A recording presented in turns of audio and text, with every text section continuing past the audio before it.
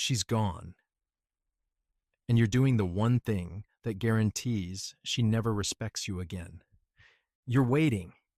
You're sitting in silence, telling yourself it's no contact, telling yourself you're giving her space, telling yourself this is the smart move. But every hour you're checking her Instagram. Every morning you wake up, and the first thing your brain does is calculate how many days it's been. Every notification that isn't her name feels like a small death. You call this no contact. I'm going to show you exactly why it isn't, and why the version of no contact you're actually doing is quietly destroying any chance you have left. Not just with her, with yourself. Stay with me for the next 15 minutes, because what I'm going to tell you is going to contradict almost everything you've read online. And by the end, you'll understand something that most men never figure out until it's years too late. The illusion of control. Here's the lie you've been sold. Go silent for 30 days. Don't text her. Don't call her. Make yourself scarce, and she'll start to miss you. She'll realize what she had. She'll come back. It sounds logical. It even sounds dignified. And occasionally it works, which is exactly why it's so dangerous. Because when it works, men learn the wrong lesson.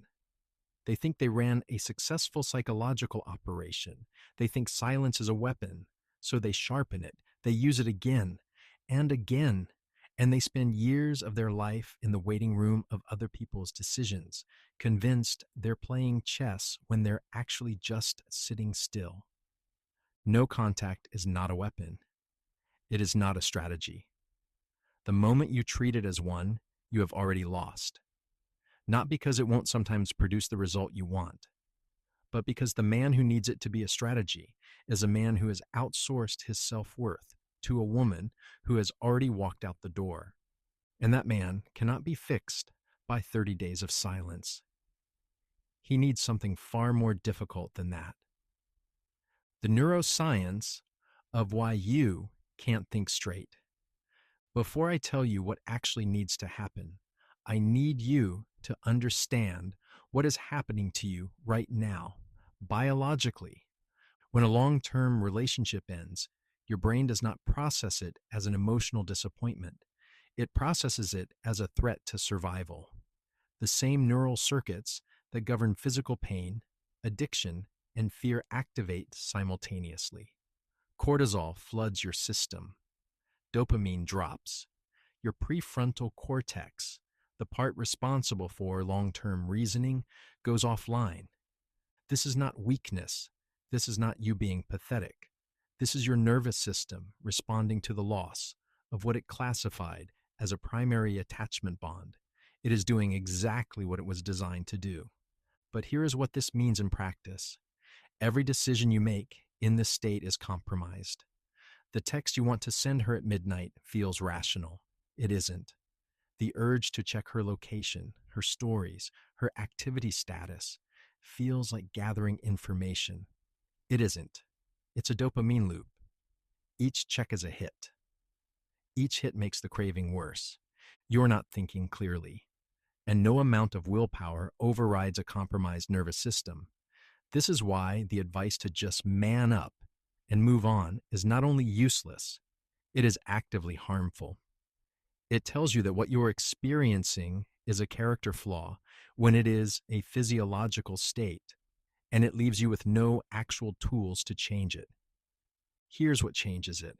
But first you need to understand why nothing you've tried has worked. The mistake that kills everything. And nobody talks about it. There is one mistake that I see in almost every man who reaches out to me after a breakup. It is not texting her too much. It is not begging. It is not being too available. Those are symptoms. This is the disease. The mistake is this. You have made her the standard by which you measure your own value. Read that again. When she left, you didn't just lose the relationship. You lost your primary source of evidence that you were worth something, that you were lovable, that you were enough.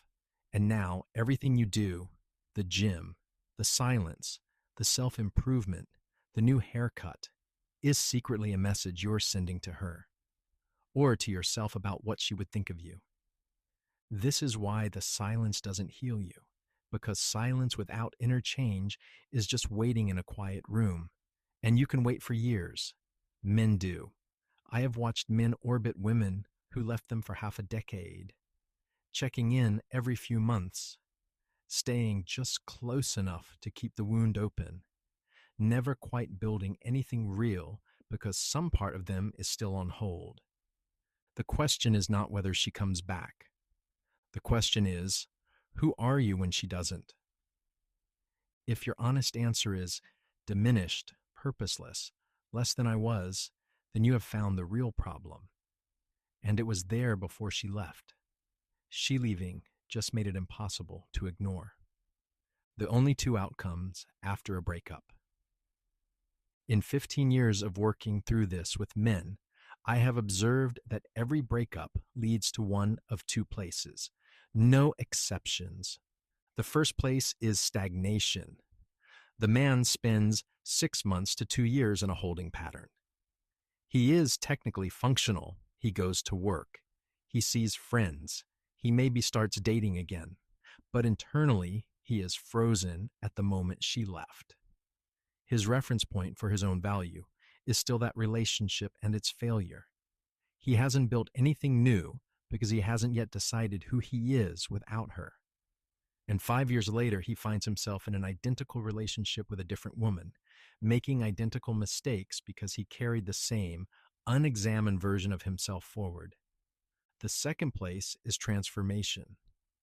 And I want to be precise about what I mean by this, because it is not what motivational content on the internet describes. Transformation is not about becoming a better version of yourself so that she notices. That is still making her the center. Transformation is the process of confronting, with full honesty, the patterns that led to the relationship ending. Not just her faults, yours. The ways you were conflict avoidant when you should have held firm. The ways you made her your entire world because you had let everything else atrophy. The ways you confused intensity with depth and called it love. That process is genuinely painful. More painful than the breakup itself. Because the breakup is about losing her. The transformation is about confronting yourself. But the man who comes out the other side of that process is categorically different. Not just more attractive, though he often is, more grounded, more purposeful, with a clearer sense of what he will and will not accept, with actual things in his life that matter to him independent of any woman. That man does not need no contact to be a strategy. He is simply building his life, and the silence is just a byproduct of having better things to do. A story that changed how I see all of this. I want to tell you about a man I'll call Marcus. Marcus was 34 when his partner of 6 years left. They had built a life together.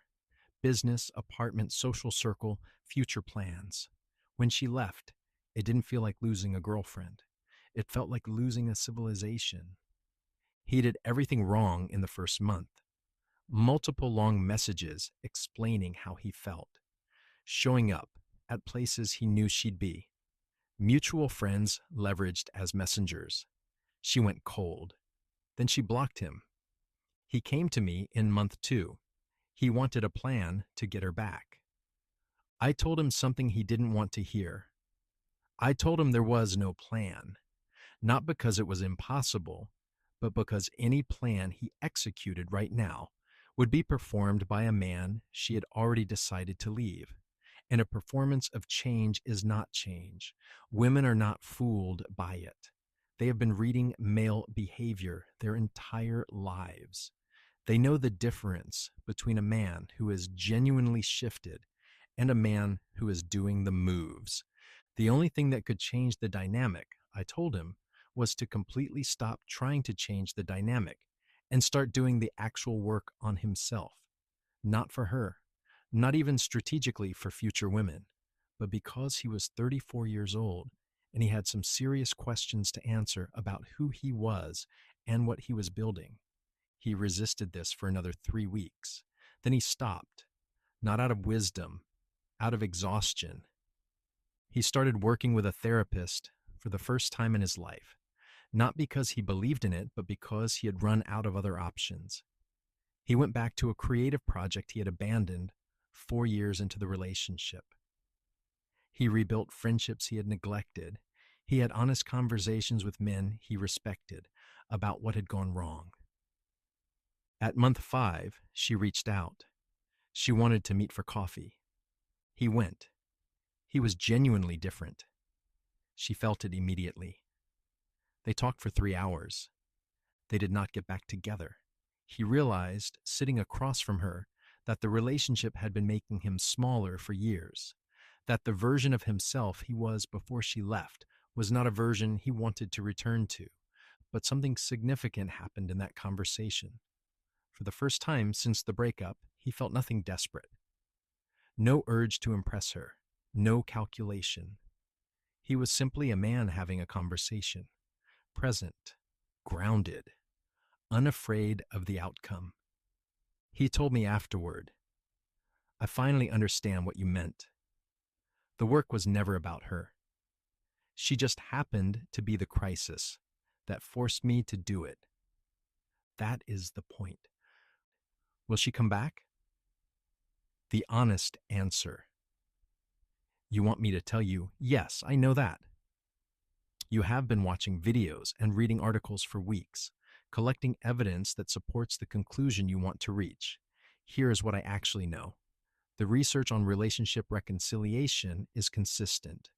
Women do not return to men who are visibly waiting. The waiting itself communicates something she cannot override, regardless of her feelings.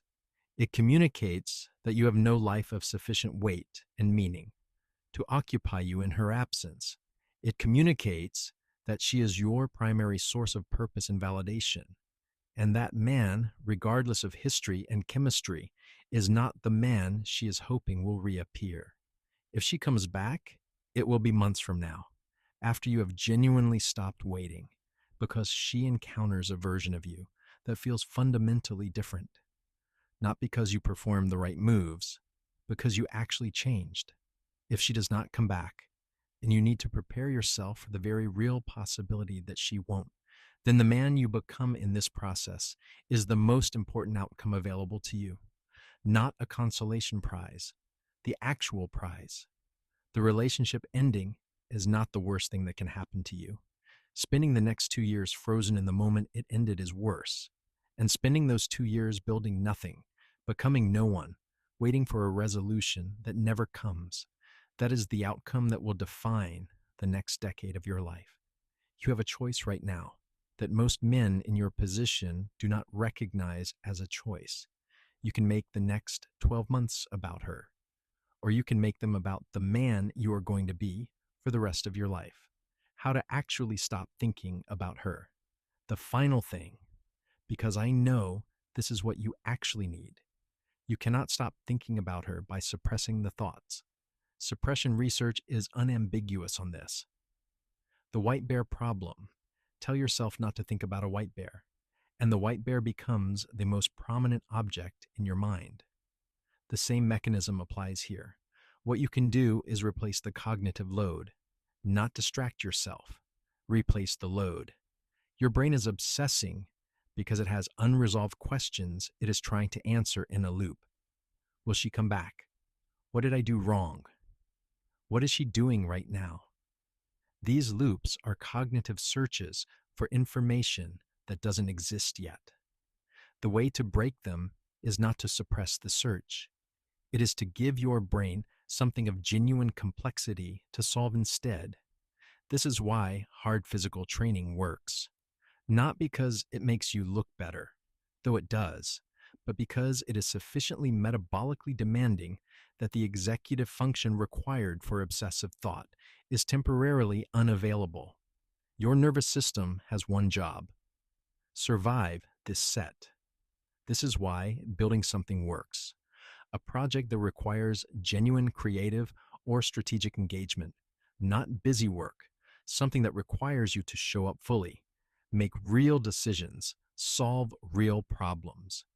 The obsessive loop cannot run in the background when the foreground demands everything. And this is why honest conversation with other men works. Not venting, not collecting sympathy, sitting with men who have been through this and are further along, and asking them with real openness what they learned, what they would do differently, who they became. You are not looking for entertainment. You are looking for evidence that there is a road through this. And there is, but you have to actually walk it. The silence is not a strategy. It is not a trap. It is not a punishment. It is the space where you either build something or you don't. What you build in that space is the only thing that matters now.